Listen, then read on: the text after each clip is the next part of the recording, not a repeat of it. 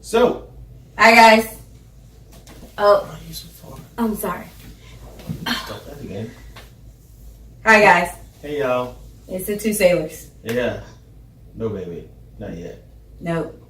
Still working on baby. Yeah. Anywho, this video we are going to talk about trying to conceive after a miscarriage. So, if you're new to our channel, welcome. Subscribe, like, comment, share, all that. Mm-hmm. I'm Courtney. I'm Devlin. He's Devlin. And yeah, so we had a miscarriage on August the 1st. And this is my first cycle following a miscarriage. So we're gonna try this again. Mm-hmm. So little backstory, I guess, if you're new. September the 9th. My cycle started on September the 1st. So actually like 1 month after I had my DNC. So I had the DNC on August the 1st and I stopped bleeding like August the 10th. I kept taking pregnancy tests up until they were negative. So they became negative August the 16th. And I was kind of hoping I didn't get a period because then that would kind of mean I was pregnant again. But no go on that. So September the 1st, I started my first period after. And it lasted until the 4th, which is pretty much a normal cycle for me. So my cycles are usually like 4 to 5 days, maybe. So it's pretty normal. And I'm supposed to be ovulating next week, according to my wonderful 5 apps that I have. Yeah, she's not exaggerating. She has 5 different apps. Okay, I don't have 5. I have 3. She's lying. I have Flow, which I have been using for years now. So it is kind of my favorite because it knows me. So that's kind of the one I rely on most. I have Ovia, and I only have Ovia because I had Ovia pregnancy when I found out I was pregnant. And then when I had a miscarriage, it was like, hey, we have a fertility app. So I was like, cool, I'll download that. And now the newest one is Glow, which I kind of only downloaded that for the groups and the interaction that's in there. I like that a little bit more than Ovia's, and Flow doesn't have one. But it also tracks your cycles and all of that stuff. So I technically only have 3 apps. And they pretty much correlate pretty well together. The ovulation days and stuff are a little off, but not by much. So Stop. So yeah, there's 3. So I'm supposed to start ovulating next week. So the first time we got pregnant, we were not preventing pregnancy. We weren't necessarily trying to get pregnant. So I didn't do ovulation tests and I didn't do anything. Like, I tracked my period using the apps only because I always forget. So it had the ovulation days, but I never really paid attention to it. And we did it when we felt like it. Mm-hmm. And I got pregnant 5 months after I took out my Nexplanon, which I was on birth control for like years, forever. I think I started birth control in 2006 when I went to college the first time, and I took it out December of 2017. So I was on birth control for years and years and years. Mm-hmm. So I'm kind of in this weird emotional state about getting pregnant again. So I'm like anxious, I'm nervous, I'd be happy and excited, but I still feel like there's that fear of miscarriage, especially after you've had one. So I kind of didn't even think about having a miscarriage before I had a miscarriage. So my first pregnancy, I was just like, oh, I'm pregnant. It's gonna be 9 months. We're gonna have a baby. That's that. I didn't even think about not getting there. So now that I have experienced it, it's a little weird to me. He's all like chilling. So I'm all freaking out and he's all chilling. I am not chilling. It's not what he told I am essentially not trying to get my hopes up because I don't want to go through the disappointment again. So therefore, I might walk around all nonchalant, but in all actuality, I don't want to go through the devastation again, but I do want to have a baby. So kind of keeping my emotions suppressed, at bay, however you want to say it. He does a way better job than me. So. Because I have looked at these apps every day. She goes through every single app. Every day. Like, several times a day. Like each app is going to tell her something different. It's crazy. I bought ovulation tests this time, which I didn't use before.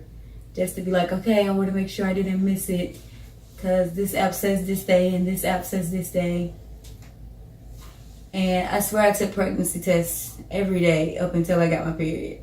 Legit. Like, every day almost. Mm-hmm. And I would hide them from him. Mm-hmm. So, I don't even know if he knew I was taking pregnancy tests like every day. No clue. But I definitely was. Even the day I got my period, I took a pregnancy test. That's how I knew I had my period. Because I went to pee and I was like, oh! And I still took the pregnancy test. So it is really weird. It is really weird. Mm-hmm.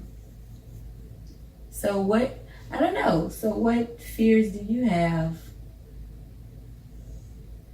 Just it happening again? Or? Yeah, I just, first miscarriage sucks. And I just don't want to go through the pain of another one because it sucks.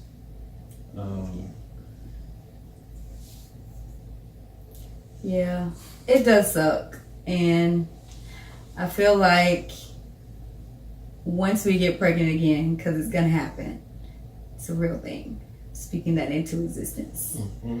Once we get pregnant again, I'm going to have a whole new set of emotions that are just like, not necessarily new, but she's going to be more nervous. Definitely a lot more nervous and a lot more aware. I feel like each symptom or each time something happens, I'm going to be like, is this normal? Is this miscarriage? Is this like what's happening? And I kind of don't want to go through that because I feel like it's going to put a damper on being pregnant. Like you want to be excited and experience all this new stuff, but if you're so nervous and scared to do anything, you won't enjoy it. And I really want to enjoy it. Like I enjoyed the first pregnancy for the most part. Besides my Meniere's attacks, like I was chilling. I still worked out. I ate what I wanted. I, like I said, didn't have in the back of my mind, hey, you might have a miscarriage. So, but I feel like this time it will be in the back of my mind until I deliver a child. Like, it's just going to be there. Like, every appointment is going to be like, are we going to have a baby still? Are we going to have a heartbeat still? Like, are we going to hear a heartbeat in the first place? It's just really weird. Now, so this is our first cycle trying to conceive. Did I hit you in the face? Nope, you missed that time. Yes. Trying to conceive after miscarriage. Any updates? No. I started back working. That was kind of exciting. I'm doing a whole bunch of classes and the checking in process because we're in the military. So interesting. Not necessarily doing any nursing stuff yet, but it's coming next week.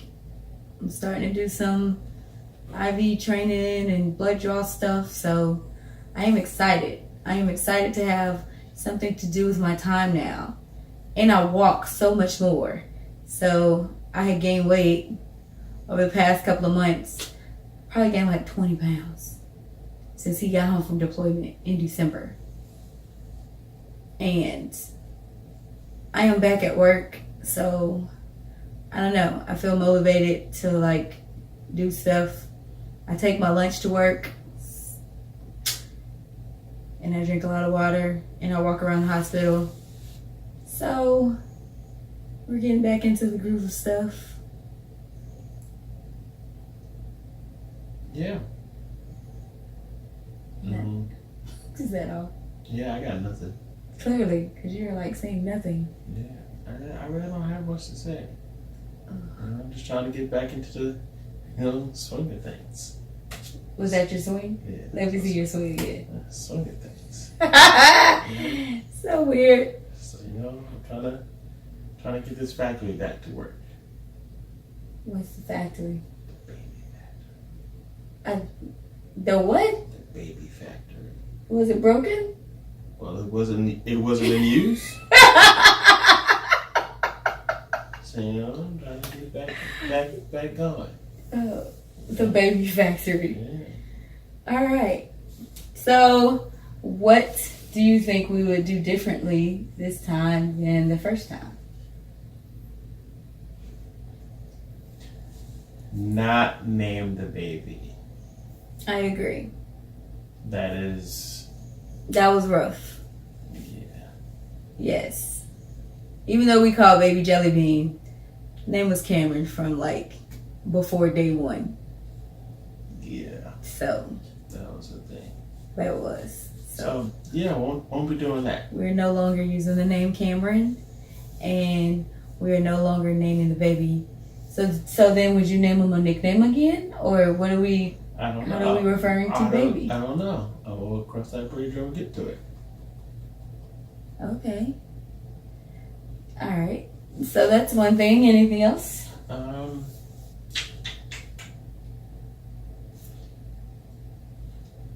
Not tell a bunch of people. So I'm at a crossroads about this whole announcing it thing. I feel like the fact that we announced it has been awesome in that we got so much support when we did have the miscarriage. And like really people understood what was going on, and if we weren't answering the phones or if we weren't going out and doing stuff, people understood a lot more than just going through it by yourself. So I feel like we had more of a support system and more of a community because we had told people. But on the flip side, because you told a lot of people, now you have to go back and tell them that it didn't work out the way you thought. So I am kind of, I don't know. I'm kind of at a crossroads with that one. I guess we'll cross that bridge when we come to it too, huh? Yeah. It's a lot of bridges. There's a lot of crossing bridges here. Welcome to Handsome Roads. Anything else? Nope. I don't think I would change anything. I mean, I still plan to work out. Continue my daily activities as I did before. Because at the end of the day, we know that there was a chromosomal abnormality, and no matter what we did, we would not have had a baby. Did we talk about that in the video? The genetic testing thing? Did I talk about that? I think I talked about it in the video I did by myself. Anyway, if we didn't talk about it, we because we had the DNC, we were able to get chromosomal analysis on baby Cameron, and we found out that it was a girl, and she had Turner syndrome, which is an incomplete or missing X chromosome. So that was the cause of the miscarriage for us. Like, there was nothing we did, nothing we could have done to change that outcome. So that was pretty comforting to find out, kind of. Emotionally, I am a lot better than I was last month. I still have my days. Like I went to get my hair done last week, and there were like 3 pregnant people in the shop and like all these kids because it's back to school time. It was back to school time. And I almost broke down and cried. Like it was really hard. I even texted him. It's like, yo, I'm freaking out. Like this sucks. Cause I mean, and then like every Saturday, I think about how many weeks I would have been, because Saturday was my like turnover day for the weeks. So every Saturday I'm like, oh, I would have been 15 weeks. I would have been 16 weeks. I would have been hearing the heartbeat or finding out the gender or all the other stuff you do when you're pregnant. Well, I would have been showing now. I would have had maternity clothes. So it's still a little difficult. It's not as bad as it was. So time does kind of heal all wounds. We went and got our tattoos, which helped. Like every day is a little bit easier, but it still sucks ultimately. And it will, because lost a baby. Like that was a real thing. So yeah. Mm-hmm. Well, guess that's all for now. Just a little mini update and where we are in our journey or restarting the journey. Mm-hmm. If you guys have any comments or questions, please leave it in the description box. And thanks for watching. Yeah.